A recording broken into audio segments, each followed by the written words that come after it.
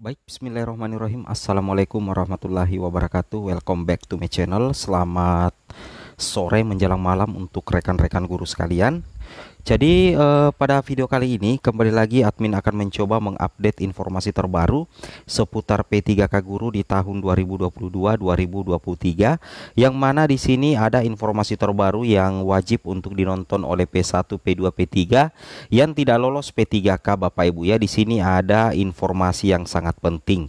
Di sini kita akan menjawab ya terkait 3 sebab utama kode status TP tapi kenyataannya ada yang lulus. Keterangannya sebenarnya lulus tapi tidak mendapatkan penempatan P3K Guru 2022 Bapak Ibu. Jadi sebaiknya Bapak Ibu cek ulang dulu nama dan kode statusnya ya. Dan bagi yang sudah melakukan sanggah, harap bersiap mulai tanggal 13 hingga 19 Maret 2023. Ini khusus untuk P1 hingga P4 yang tidak lulus penempatan dan melakukan sanggah ya. Karena untuk sanggah kan terakhir tanggal 12 Bapak Ibu ya. Nah, jadi hari ini tanggal 13 hingga 19 Maret 2023 siap-siap saja. Mudah-mudahan hasilnya positif. Amin amin ya robbal alamin. Tapi sebelum kita lanjut, bagi rekan-rekan guru yang baru pertama kali mampir di channel ini, jangan lupa tekan tombol subscribe dan aktifkan lonceng notifikasinya agar setiap hari Bapak Ibu bisa mendapatkan update informasi terbaru seputar P3K Guru di tahun 2022-2023 Bapak Ibu ya. Oke, tanpa berlama-lama lagi kita langsung saja to the point ke informasinya. Jadi sebagaimana informasi terbaru ya resmi dari Kemenpan RB, bahwa baru-baru saja ya ini per 1 Maret Kemenpan itu mengeluarkan keputusan Menteri Pendayagunaan Aparatur Negara dan Reformasi Birokrasi Republik Indonesia bernomor 149 tahun 2023 tentang penyesuaian penetapan kebutuhan pegawai aparatur sipil negara untuk jabatan fungsional guru di lingkungan pemerintah daerah tahun anggaran 2022. Nah, dengan adanya Kemenpan RB ini Bapak Ibu ya, tentunya ini menjawab banyak sekali pertanyaan guru-guru yang mempertanyakan kenapa tiba-tiba di sekolah saya itu hanya segini formasinya, atau tiba-tiba formasinya ada yang berubah, atau formasinya tidak ada padahal sebelumnya ada. Nah, itu semuanya sudah bisa terjawab secara tuntas melalui Kemenpan RB bernomor 149 tahun 2023, yang mana Kemenpan RB ini Bapak Ibu ya mengatur terkait penyesuaian penetapan kebutuhan pegawai aparatur sipil negara. Di sini jelas ada perubahan Bapak Ibu. Kita langsung to the point saja, kita cek Bapak Ibu ya.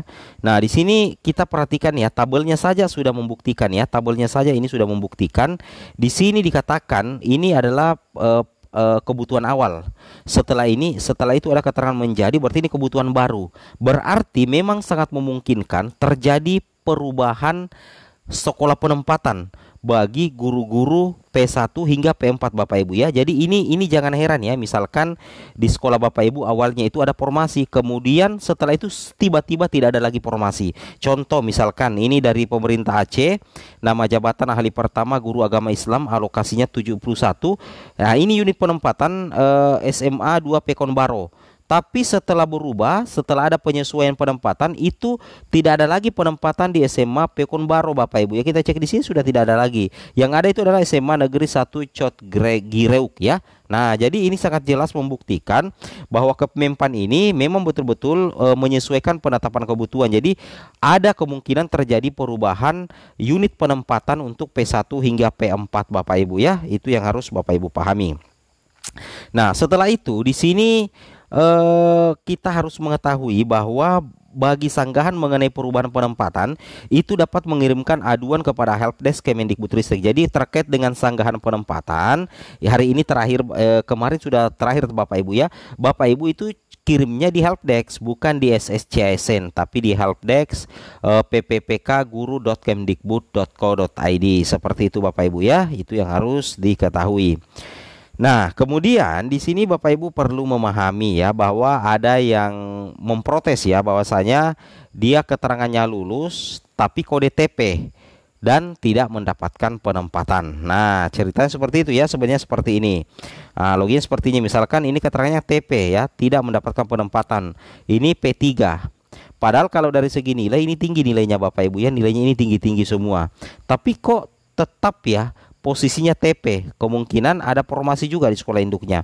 Nah, di sini memang ya di hasil prasangganya memang tidak lolos dan keterangannya TP Bapak Ibu ya, seperti itu.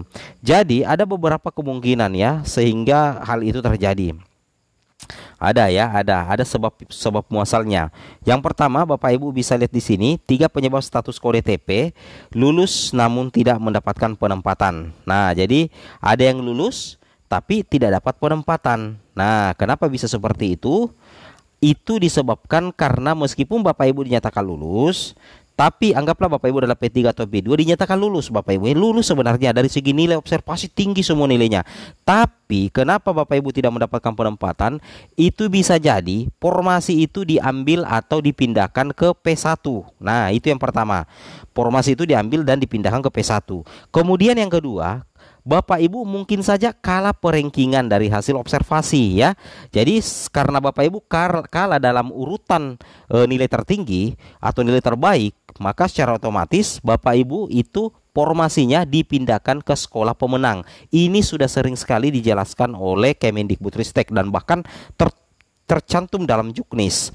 Seperti ini Bapak Ibu maksudnya ya. Ini adalah penyesuaian formasi bagi pelamar prioritas. Nah, contoh ini kan sekolah A ya, ini sekolah B Bapak Ibu, ini sekolah C, seperti itu ya.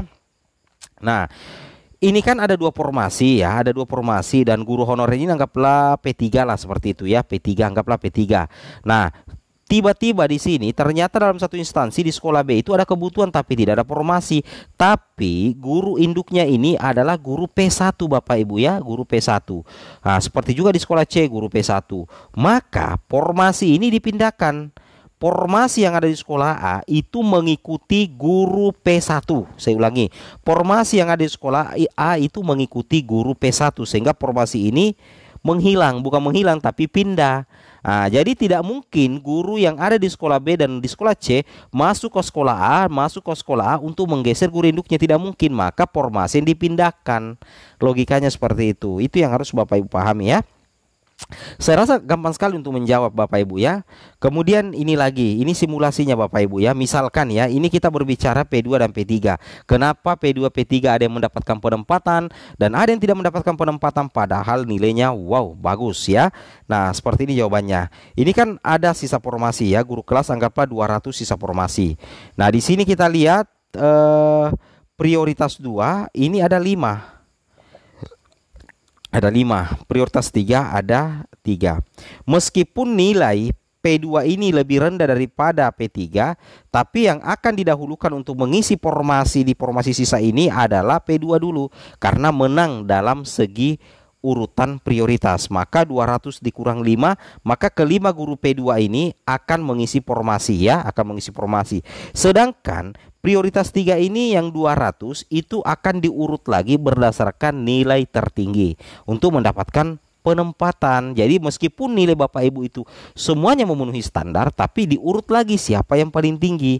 Seperti itu ya. Nah, ini dilakukan oleh Panselnas. Nah, kemudian di sini Bapak Ibu perhatikan ya, ini ya. Terdapat 3 jenis mekanisme seleksi guru ASN P3K tahun 2022. Jadi untuk penempatan yang didahulukan adalah P1 dulu Bapak Ibu.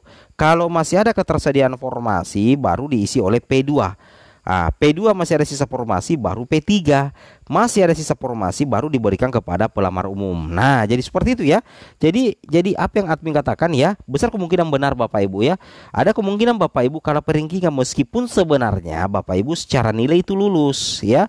Sebenarnya secara nilai itu lulus. Nah, ini buktinya Bapak Ibu ya. Coba diperhatikan yang berwarna merah yang kami tulis di sini.